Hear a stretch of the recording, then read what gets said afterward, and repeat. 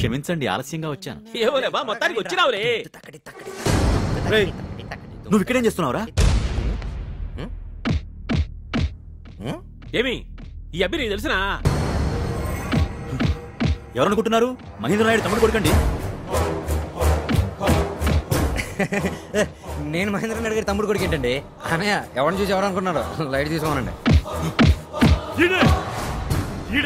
ఈడే మమ్మల్ని చెన్నైని చితక బాధింది ఈడే. అమ్మ దొంగన. అన్నయ్య నేను చెప్పేది వినండి. అన్నయ్య మీ తమ్ముడు మా ఊర్లో భద్రంగా సేఫ్ గా మా దగ్గర ఉన్నాడు. అన్నయ్య దొరికిపోయారా తమ్ముడు?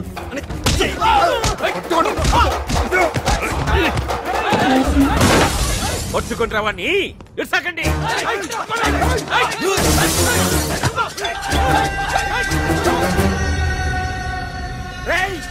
ఆ శేషాద్రి నాయుడు కొడుకు మన ఊళ్ళోనే ఏడ్లా ఉన్నాడంట.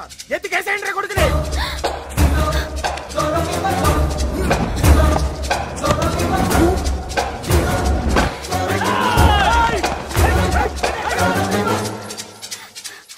మా వాళ్ళకి నువ్వు ఇక్కడున్న సంగతి తెలిసిపోయింది. నేను అలాగో నాకు ఊరు దాటిస్తాను. అక్కడి నుంచి పారిపో. రాణి చూసుకుంటా. చాలే, వాళ్ళు చాలా మంది ఉన్నారు. నువ్వు దొరికితే చంపి పడేస్తారు. త్వరగా రా.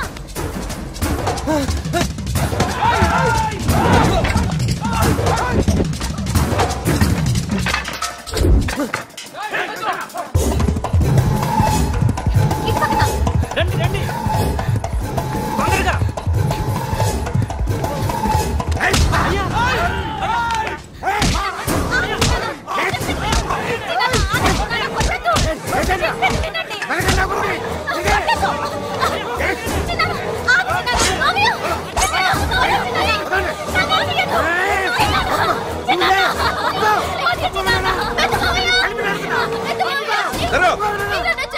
మీరు చిన్న పిల్లలు, మీకేం తెలియదు. ఎండి పడ్డాయి. ఇతను అజయ్ ఈ ఊళ్ళో దాచాడు. ఇప్పుడు మీరే తని చంపేస్తే మొత్తం సమస్య అంతా మళ్ళీ మొదటికి వస్తుంది.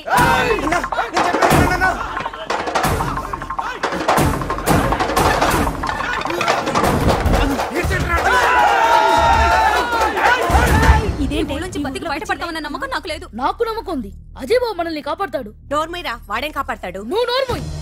ఇన్నాళ్ళు మనల్ని కాపాడుతున్నది ఎవరనుకున్నారు? మీ అన్నలు, వాళ్ళు మేపుతున్న దున్నలు కాదు, అజయ్ బాబు.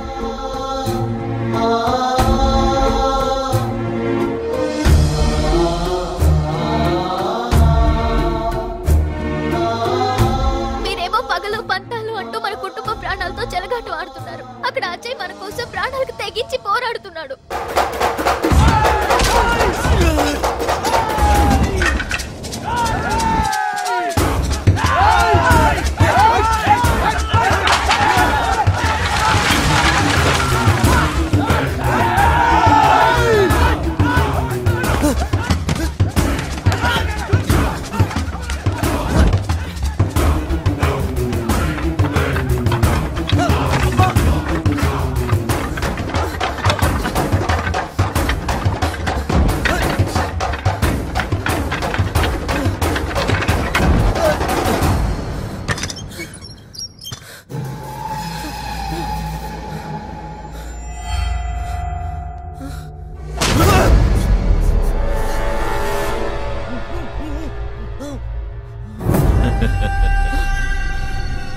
ఎంతో శ్రమించి అగ్నికి ఆజ్యం పోస్తే నువ్వు ఆ ఆజ్యం నైవేద్యంలో కలిపి భోజ్యంగా పెట్టి రామరాజ్యం చేస్తావురా?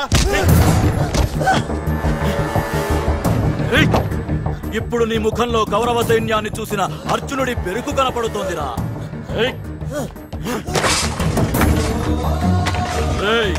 నువ్వు సూత్రధారి అనుకుంటున్నావు కదూ? కాదు, నువ్వు కేవలం పాత్రధారివి. అసలు సూత్రధారులం మేవురా. సావబోయే ముందు నీకో చల్లటి కబురు చెబుతాను, విను. కరికనాయుణ్ణి చంపింది మేమేరా.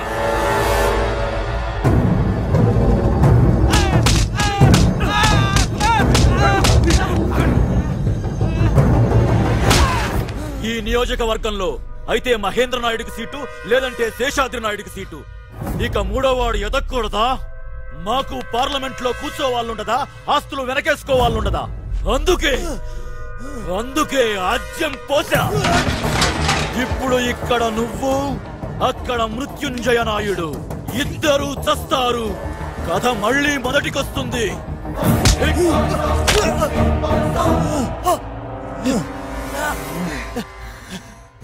నేను మాట పడిపోయి అయిపోలేదు. నీ మ్యాటర్ ఏంటో తెలుసుకుందామని ఆగాను.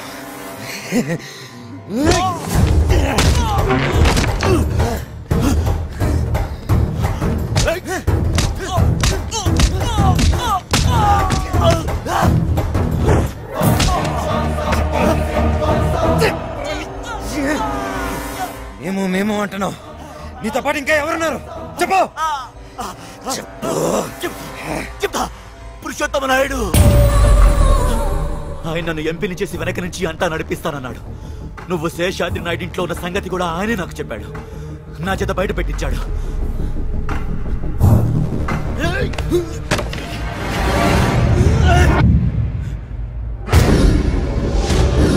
ఏమైంది పంతులు? ఏమోనండి, మీ గొడవల మధ్య నన్ను ఇరికించారు.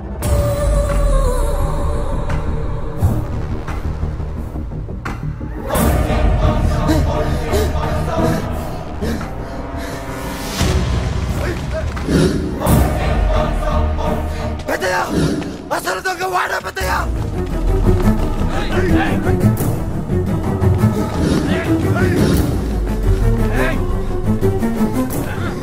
ఇవాళ నువ్వు చచ్చావరా పెద్దయ్యా? పెద్దడివి, నా మాట విను. ఏమైనా చూస్తున్నారు? నరికేయండి.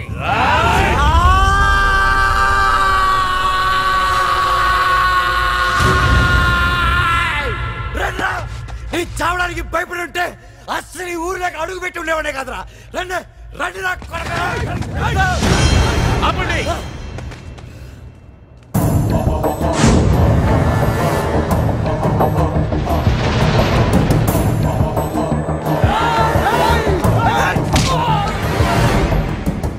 శేషాద్రి, ఇదిగో నీ కొడుకు.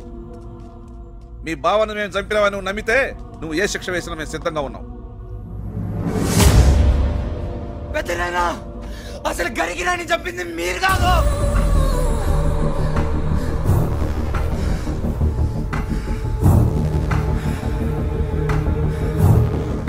వాడు నా కొడుకు.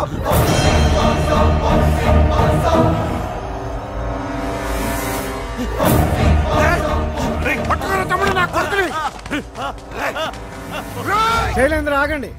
వాడిని చంపేసిన మీకు దానికి మీ అత్త కప్ప చెప్పండి, ఆవిడే చూసుకుంటుంది.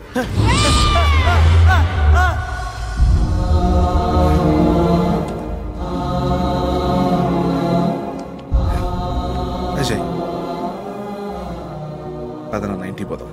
పెదనాన్న ఒక్క నిమిషం.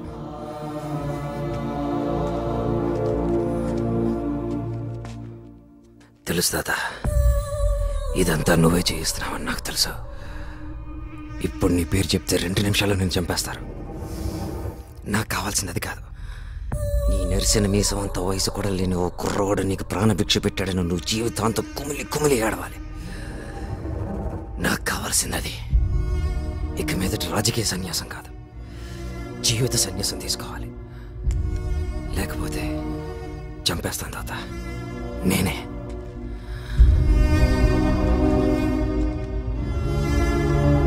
ఉంటాను గురుగారు.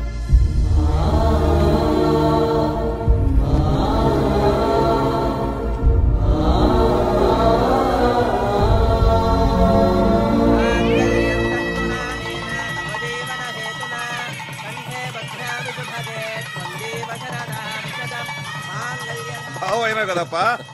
నమస్కారం ఎంపీ గారు. నమస్కారం ఎంపీ గారు. పిలుపు బాగుందా? అది అజయ్ గాడి విజయ్ గాథ. ఈ నా కొడుకులు నన్ను కిడ్నాప్ చేసినారు బావా. కొండల్లోకి వచ్చినప్పుడు చెప్పులు వేసుకుని వస్తాం.